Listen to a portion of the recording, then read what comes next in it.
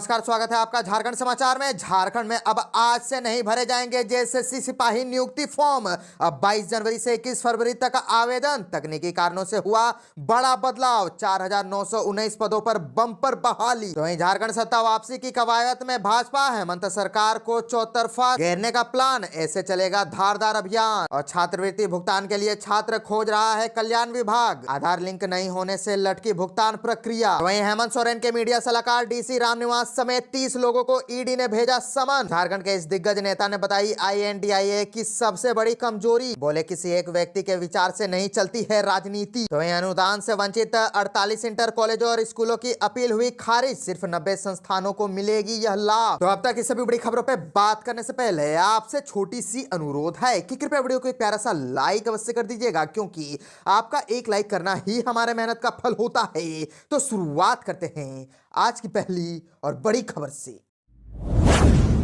इस वक्त की बड़ी खबर झारखंड से आ रही है, जहां आज नहीं भरे जाएंगे जेएसएससी सिपाही की नियुक्ति फॉर्म। दरअसल अब 22 जनवरी से 21 फरवरी तक आवेदन। तकनीकी कारणों से हुआ बदलाव। 4,919 पदों पर बम्पर बहाली। दरअसल झारखंड कर्मचारी चयन आयोग की ओर से आरक्षी नियुक्ति परीक्षा का विज्ञापन जारी किया गया था। इस प्रतियोगिता परीक्षा के लिए आज यानी 15 फरवरी से आवेदन भरे जाने थे। अब तकनीकी कारण से इसकी तारीख बदल दी गई है। आयोग की ओर से नोटिफिकेशन भी जारी कर दिया गया है। अब 22 जनवरी से 21 फरवरी तक आवेदन लिए जाएंगे। जेएसएससी ने तकनीकी कारणों से आवेदन की तारीख में बदलाव किया है। पहले इस पद के लिए 15 जनवरी से 14 फरवरी तक फॉर्म भरे जाने थे। और आपको बता दें कि इस विज्ञापन के जरिए सिपाही के नियमित और बैकलॉग दोनों तरह की रिक्तियों में नियुक्तियां की जाएंगी। रिक्त कुल पदों में 3,799 पद नियमित और 1,120 बैकलॉग के पद शामिल है। नोटिफिकेशन के अनुसार होमगार्ड के वैसे जवान जिन्होंने ट्रेनिंग पूरी कर ली है, उन्हें नियुक्ति में 50% आरक्षण दिया जाएगा। होमगार्ड के पदों पर उम्मीदवार नहीं मिलने पर उन पदों पर गैर होमगार्ड के जवान को भरा जाएगा।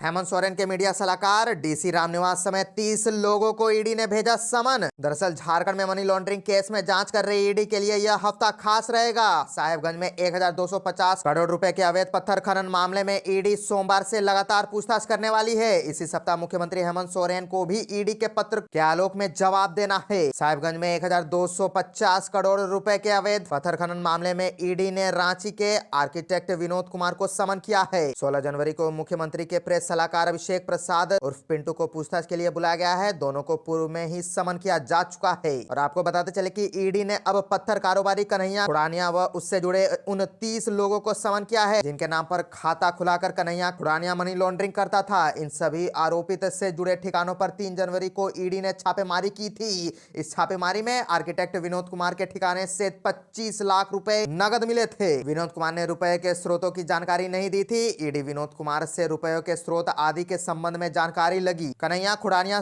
के यहां से ईडी को 30 बेनामी खातों के बारे में जानकारी मिली थी, जिनका संचालन वह स्वयं करता था।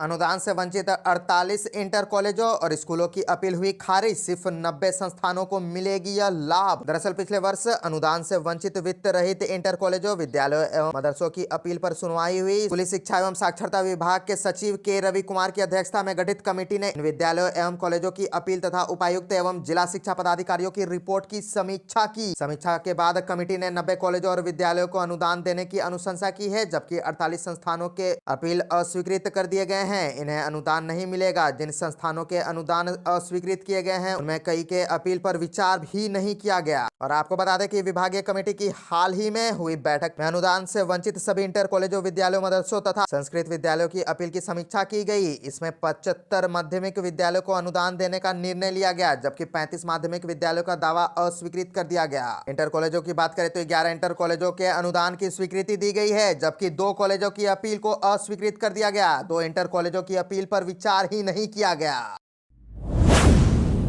झारखंड के इस दिग्गज नेता ने बताई इंडिया की सबसे बड़ी कमजोरी। बोले किसी एक व्यक्ति के विचार से नहीं चलती है राजनीति। झारखंड में आईएनडीआईए के घटक दलों के बीच लोकसभा चुनाव के लिए सीटों के बंटवारे को लेकर खींचतान शुरू है। सत्तारूढ़ी झामुमो ने कांग्रेस की 14 लोकसभा सीटों में से 7 सीटों पर खुलकर दावेदारी कर रही है। वहीं कांग्रेस राज्य में अपने लिए सम्मानजनक सीटें पाने की कोशिश में जुटी हुई है। वाम दल और राजद जैसे दल भी विभिन्न सीटों पर अपनी अपनी दावेदारी ठोक रहे हैं। इस बीच आजसू पार्टी के अध्यक्ष सुदेश महतो ने कहा कि INDIA गठबंधन सिर्फ चुनाव लड़ने और जीतने की कोशिश तक ही सीमित है। इसमें देश और देशवासियों की तरक्की नहीं दिखाई देती है। देश एवं देशवासियों के प्रति इनकी कोई जवाबदेही भी नजर नहीं आती है। पार्टी में शामिल हुए सभी युवा साथियों का स्वागत करते हुए सुदेश महतो ने कहा कि राजनीति किसी एक व्यक्ति के विचार से नहीं बल्कि अनेक विचारों को एक जगह समाहित करने से चलती और सशक्त दिखती है। राजनीतिक में सामूहिकता को प्लेटफॉर्म देने का काम आजसू पार्टी करती है। आजसू पार्टी कार्यालय में अखिल झारखंड बुद्धिजीवी मंच के पूर्व कार्यकारी अध्यक्ष डॉक्टर बहादुर सिंह की जयंती पर उनके चित्र पर माल्यार्पण कर और उन्हें श्रद्धांजलि अर्पित की गई। इस दौरान उनकी याद में 1 मिनट का मौन भी रखकर नमन किया गया।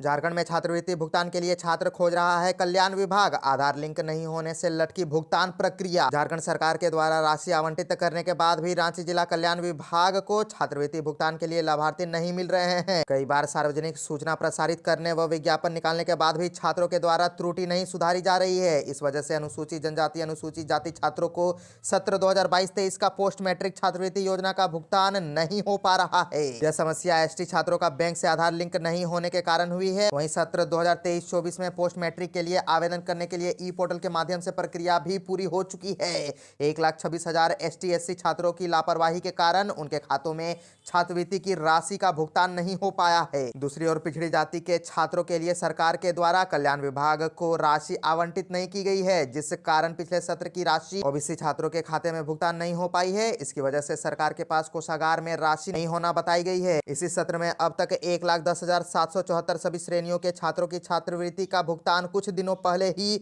हो चुका है, परंतु विभाग के खाते में राशि समाप्त होने के कारण बाकी बचे हुए OBC छात्रों की छात्रवृत्ति भुगतान लटक गई है। पूर्व में 54,025 BC, 5,141 और 51,608 SC छात्रों को भुगतान भी किया जा चुका है।